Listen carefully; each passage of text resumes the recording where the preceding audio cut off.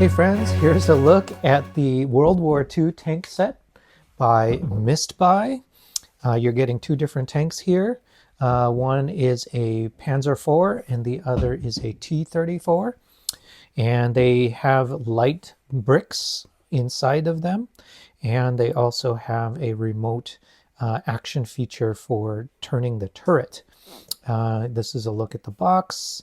Here you're seeing that there's a little knob you turn and then it turns the turret. It's saying that there is a light, and so we'll take a look at how that lighting works. And then same with the other tank. There's a little knob that turns the turret, and then a little push button that activates the light. All right, so here are the bags, and right off the bat everything is grouped into tank. So this is all one bag and this is all a separate bag. And for each bag they are numbered, so 1, 2, 3 through 4. The very last bag is all your treads, and all the parts that you see here are Lego compatible, and they are colors and part types that should look familiar to you as you're building. And each of these has a light brick with a battery installed. So it looks like there are two button-sized batteries in there, and you pull the insulator and then you press this little button and it actuates the light. So it's all in one. And for each of these models, there's like a remote trigger where you press a brick and then that brick presses this and turns it on. So each of them has a brick. And they're identical. So let's look at the instructions real quick for the Panzer. Now this Panzer is a really dark gray color, and it tells you a little bit about the Panzer right up front. And right off the bat, you're going to see it's really hard to tell what kind of bricks and what the sizes are for the bricks, and that's because this printing is really dark in this book. So I'm probably going to need to get a really bright flashlight to understand the number of bricks, the number of studs, and figure out which pieces I'm getting. For example, this becomes a problem on smaller ones because, you know, is that a 2x4 plate or is that a 2x4 tile, right? Like those are the types of things that become a little hard to distinguish when everything is this dark. But aside from that, I'm glad that they use this light blue to indicate a previous step. That's a nice decision that they made. But as you can see throughout this, I'm having a lot of trouble seeing. Everything just looks like a black blob for the parts. And that's because the printing is so dark. So thank goodness I don't think there's any dark brown. You know, if there was dark brown, I think it would be impossible to tell the difference between dark brown and the dark gray. So that's a look at that.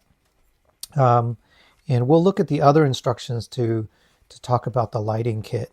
But here you can see you turn that little knob and then it turns this. So there's some gearing in there. It's probably going to feel really good to be able to turn this, and then hopefully there's a lot more rotation that happens on the turret.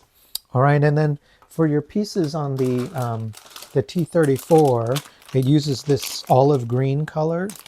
Again, they're Lego compatible. A lot of parts here that are familiar parts. And for the T-34, oh, by the way, both of these have around 600 pieces. This has 610. The other has 591. So between the two, you get around 1,200 parts, which is cool. It means you could split up the box into you and a friend could build at the same time. Tells you about the T-34. You just jump right into building it. The printing on this one is not as dark, so I can tell the number of studs for this dark gray piece. So I think they might have just had printing problems on the other tank. And I wanted to show you how the lighting works as we get in through here. Let's keep going. Let's find the construction of the turret. So the turret, as far as I can tell, this is where you put the lighting brick right here. And the lighting brick goes right in the center of it. And the actuator is on the back side of that. And what you do is you build around it, and there is like one clear piece that goes in the front, and then I think that is the only clear piece around it. And then you build an actuator here. So you're building something sort of upside down, and then it goes right where the button is. So the idea is when you press this down, it presses the button for the light box. And then I think the only place that it can emit light is out of that 1x2 plate that is in the front of the turret. So right here, right above it is a 1x2 plate. I believe that might be the only place that light is emitted. So it's a little bit strange to me that it seems to, the instructions seem to say that you get light throughout the turret. I'm not sure if that's the case.